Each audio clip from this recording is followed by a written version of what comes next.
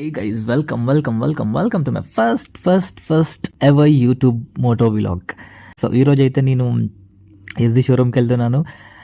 ఒక adventure bike తీసుకుందామని decide అయ్యాను. సో ఎస్డికి వచ్చేసాను. This bike is crazy man. I mean reviews చూసిన అండ్ యూట్యూబ్లో కొన్ని వీడియోస్ చూసిన. I love this bike. Look at it. It's very huge 198 ఏమో ఉంది కిలోగ్రామ్స్. స్పెసిఫిక్స్ తర్వాత వెళ్తాను, but I took this for test drive.